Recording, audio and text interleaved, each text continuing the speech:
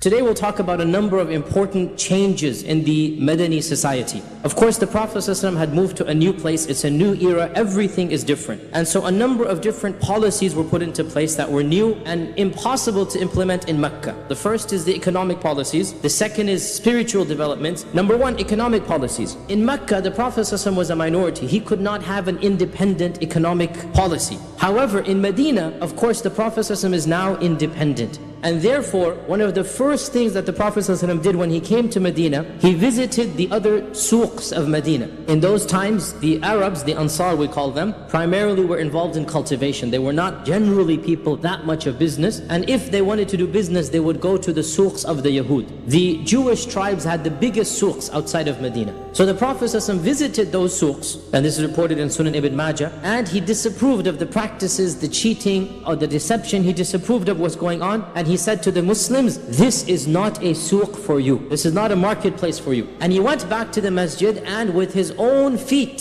he demarcated lines in the sand. He literally put a line and then another and another, and he said, this shall be your souq. And he instituted a souq towards the west of the masjid. And he said, this shall be your souq, so let it not be diminished, and let no one tax the people in it. What new policies did the Prophet ﷺ bring? This is many different books and many different topics can be written. As you all know, he banned the practice of interest. Well, one of the most important things he did, he linked buying and trading to religiosity, to spirituality. He praised honesty and he criticized dishonesty, and he said that the righteous businessman will be blessed on the Day of Judgment. He said that those who cheat and lie is not of us. And then of course he also demanded a certain code of conduct. For example, the Prophet ﷺ forbade cheating and lying, swearing false oaths. He forbade hiding defects, and he used to monitor himself. He would walk in the souqs that he instituted. And he once found the famous hadith in Bukhari. He found a date seller who had good quality dates at the top of the bag.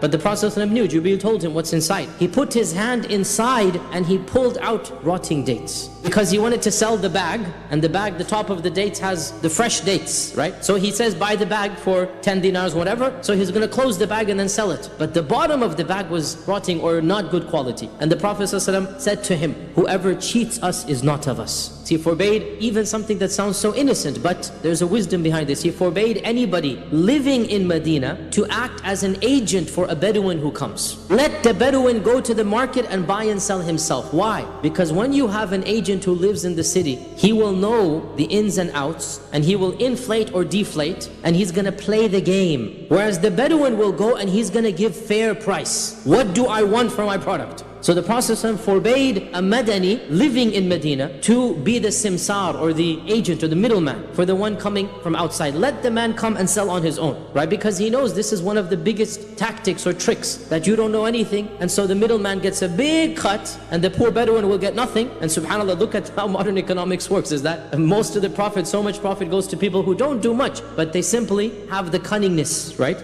And the Prophet ﷺ forbade this. Very early on, the Prophet ﷺ rejected the aswaq that were there, and he established his own souq with his own Islamic, of course, Islamic Sharia, of course, being fulfilled there. And of course, this souq flourished, and therefore, when the Jewish tribes were expelled one by one and their souqs obviously collapsed, by the time they were expelled, they didn't care about them because they had their own independent souq up and running. So, financial independence, the Prophet ﷺ stressed it from day one. Such that when other economies collapsed, it didn't affect the economy of Medina. Also spiritual practices. As soon as the Prophet ﷺ immigrated, one by one the major commandments came down. Within a year, pretty much the entire sharia of ibadat had been revealed, except for Hajj. Hajj could not be revealed because you can't do Hajj, because Hajj is enemy territory, right? So Hajj is revealed, 9th year of the Hijrah, Abu Bakr goes and does it, 10th year, the Prophet ﷺ does it. Hajj was delayed. But the other pillars, the Ramadan of the year of immigration, nothing happened. There is no sharia for fasting. Next Muharram, so 9-10 months after the Hijrah. Next Muharram, on the 10th of Muharram, the Prophet ﷺ made the fast of the 10th of Muharram wajib. Of course, we now know it's not wajib. And the Prophet ﷺ made a decree that whoever ate breakfast in the morning, let him not eat for the rest of the day. Today is going to be wajib to fast. So the first obligatory fast was the stepping stone, one day only. Let them get used to it.